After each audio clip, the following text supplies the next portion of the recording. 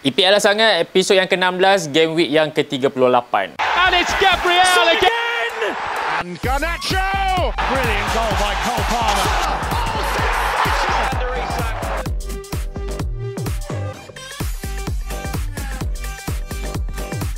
Hello, what's up guys? Kembali lagi untuk EPL lah sangat, episod 16, game week yang ke-38. So, hari ni adalah minggu yang terakhir, game week yang terakhir sebelum kita cuti panjang selama 2 minggu aku rasa.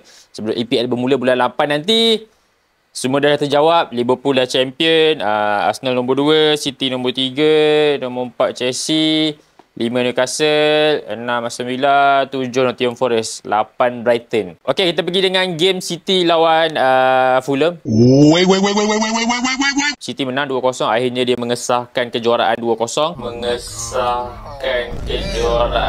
Hasil jaringan Gundogan dan juga penalti Erling Haaland. Aku rasa City season ni mungkin antara, aku rasa Pep dah lama tak ada menang apa-apa season ni, tak menang piala. Dan juga Pep, kalau siapa tengok dalam interview tu, Pep ada macam marah dengan wartawan juga. Dia gaduh, dia tanya kenapa Jack Grealish tak ada dalam squad.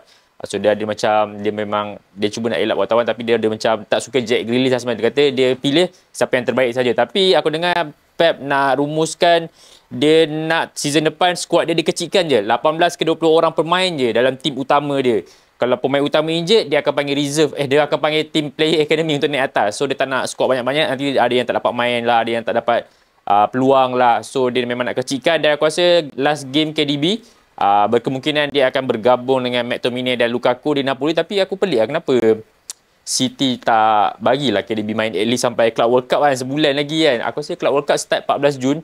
So at least kau sambung kontrak sebulan lagi untuk main Club World Cup kan. Dan KDB ni antara legend untuk Manchester City selepas Richard Dunn dan juga Sergio Aguero. Shorai Philip orang tak kenal, Mirip orang tak kenal.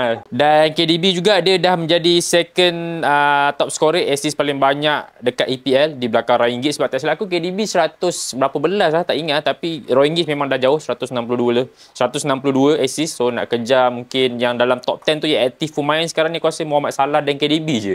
So KDB dah keluar, aku rasa Salah nak kejar pun mungkin kalau 5 season ni lagi dia boleh main dapat 20 assist ke, mungkin dia boleh kejar lah. So agak sukar dekat situ. So itu saja untuk Manchester City.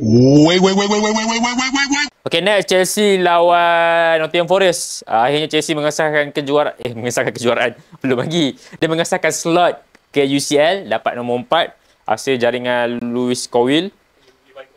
Colwill. Dan sekesian dekat Nottingham Forest lah sebenarnya. Sebab aku rasa Nottingham Forest almost 33 week berada dalam kedudukan top 3, top 4. Tapi penghujungnya tersingkir. Kalau aku jadi owner dia pun aku agak marah macam itu kan. Sebab kau dah berada di kedudukan yang agak okey sebenarnya untuk layak ke Champions League. Sebab kenapa kelab-kelab utama kat dunia nak layak ke Champions League? Sebab bila kau dah layak ke Champions League saja, kau akan dapat duit penyertaan. Aku rasa duit penyertaan tu agak besar juga. Dan aku rasa dalam 40 juta, at least 40 juta. Duit penyertaan saja dah 40 juta. So kalau kelab-kelab kecil dapat mestilah happy kan.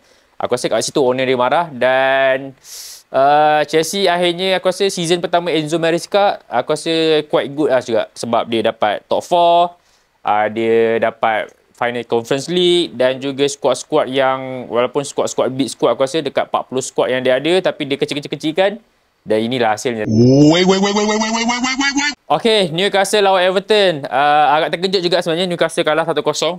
Sebab aku expect Newcastle akan menang lah. At least 3-1. Dan akhirnya Newcastle kena berterima kasih dekat Manchester United. Sebab kalau Aston Villa seri ataupun Aston Villa menang, Newcastle tak layak sebab dia kalah tau. Memang point sama, tapi nasib baik jaringan tu, goal difference tu memang lebih untuk Newcastle. Akhirnya aku rasa mungkin quite good juga untuk Newcastle sebab dapat pergi Champions League, dapat menang Carabao. Untuk Newcastle ni, kalau sebab kita tahu dia owner dia sangat kaya daripada Man City, tapi dia tak nak buat beli player-player superstar sangat. Tapi kalau dia tak layak UCL season depan, aku rasa macam Isa, Bruno Guimaraes akan belah. Nasib baik dia orang layak. So aku rasa player-player yang utama dia akan stay lah dekat Newcastle. Dan aku dengar City tengah nak pancing dia punya right back Livramento. So nak gantikan Kyle Walker. Okay, Liverpool Crystal Palace ada double guard of honor. Aku respect dekat Liverpool sebab dia bagi guard of honor dekat Crystal Palace. Mula Crystal Palace bagi guard of honor dulu dekat Liverpool sebab juara EPL. Lepas tu Liverpool pula bagi guard of honor dekat Crystal Palace sebabkan menang FA Cup. Tu memang respect untuk kedua-dua pasukan. Dan terkejut juga sebenarnya Crystal Palace mendahului 1-0. Sebab Crystal Palace ni jurulatih dia, nama siapa yang jurulatih? 5 minutes later. Crystal Palace ni, Oliver Glasner ni antara good coach yang sangat baik. Sebab sebelum ni dia bawa tim Frankfurt juara Europa League. Dan season ni sebenarnya dia ada dapat offer dekat Bayern Munich tapi dia memilih untuk kekal di Crystal Palace dan akhirnya walaupun Crystal Palace di kedudukan ke-12 tapi dia dah menang FA Cup. Dia dah dapat satu slot tiket utama untuk ke Europa League. Dan untuk aku, kelab-kelab kecil macam Crystal Palace ni mungkin kalau kau masuk big macam competition Eropah ni, at least kau dah dapat duit. Duit penyertaan tu dah banyak, kau ada hub penyiaran yang lain, sponsor akan masuk. So aku rasa Crystal Palace akan doing well dekat Europa League. Dan aku rasa sistem 3-4-3 ni antara yang berhasil lah kat Crystal Palace sebenarnya. Munoz dia naikkan Mitchell left back dia tu, macam mungkin Eze akan stay lah sebabkan Crystal Palace ada Europa League. Dan juga Ismail Sarr, Mateta tu aku rasa mungkin satu pembaharuan yang akan aku rasa apa nama jurulatih dia? Glasner. Oliver Glasner akan buat dekat Crystal Palace. Liverpool semalam dia orang celebrate Trent akhirnya akan berpindah ke Real Madrid. Xabi Alonso pun dah umumkan semalam confirm masuk Real Madrid. Siapa lagi? Dean Huijsen masuk Real Madrid. Tapi Liverpool aku suka dia punya recruitment tu sangat laju. Dia dah sign Jeremy Frimpong. Sekarang ni aku dengar dua rumours besar iaitu Miko Kerkez daripada Bournemouth dan juga Florian Wirtz. So aku rasa Florian Wirtz tu dengar agak mahal, dekat 150 juta dan gaji dia pun dekat 300,000. 325,000 seminggu. Lagi banyak pada Bruno Fernandes, guys. So aku takut dia akan jadi flop dekat situ lah sebab dia pun muda lagi, baru 22, 23. Tapi kau masuk kat liga yang mungkin agak lebih fizikal dan lebih pantas, takut dia tak boleh adapt lah. Macam Frimpong mungkin boleh dan Kerkes, kita tahu dia dah main kat Premier League. So untuk Liverpool memang aku rasa walaupun dia orang dah champion, tapi dia orang masih nak mengekalkan kejuaraan dan juga UCL tu aku rasa dia orang buat kerja dengan sangat laju. Aku rasa aku respect untuk Liverpool pasal part tu lah sebenarnya. Okay guys, last kali kita masukkan selit Europa League final. Spurs akhirnya menang. Let's go! Dan agak kecewa agak sebenarnya Spurs boleh menang. Kalau kita tengok game EPL last game dia orang kena bantai kat home dengan Brighton 4-1. Dan akhirnya Spurs nombor 17 tapi layak ke Champions League. Itu sangat menakjubkan lah sebenarnya. Dan jurulatih dia siapa? Ange Postecoglou pun dah janjikan, dia kata kalau siri Netflix season 2 ada season 3, season 3 akan lebih baik daripada season 2. So ibarat dia punya season tu nanti season ke depan dia akan lebih baik lah. Dan untuk Spurs mungkin ini menyelamatkan Ange sebabkan Ange dah janji setiap musim setiap musim kedua dia akan menang piala.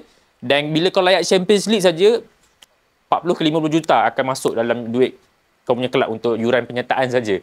So sangat besar lah untuk Spurs. Dan untuk peminat-peminat Manchester United, jangan bersedih. Diorang dah on the way datang ke Malaysia sekarang ni sebab semalam habis game MU lawan Aston Villa, diorang mandi-mandi tak balik rumah, terus datang ke airport naik penerbangan bersama Malaysia Airlines, terus datang ke Malaysia untuk perlawanan menentang Asian All Star. So akan ada peluang terakhir untuk menang Piala Maybank di sini. Dan jangan lupa ini peluang terakhir korang untuk beli tiket. Aku dengar tiket dah almost 60,000 dekat 70,000, hampir terjual. So beli sekarang. So ini peluang korang untuk jumpa bintang-bintang depan mata. Beli tiket sekarang. InsyaAllah kalau tak ada apa-apa, ada rezeki ke tak ada apa-apa yang berlaku, kita mungkin akan ada konten bersama player Manchester United, guys. Stay tune dekat YouTube Harimau Melaya. Thanks for support. Ini adalah minggu yang terakhir, episod yang terakhir. Semoga kita berjumpa lagi di season 2. Bye-bye guys.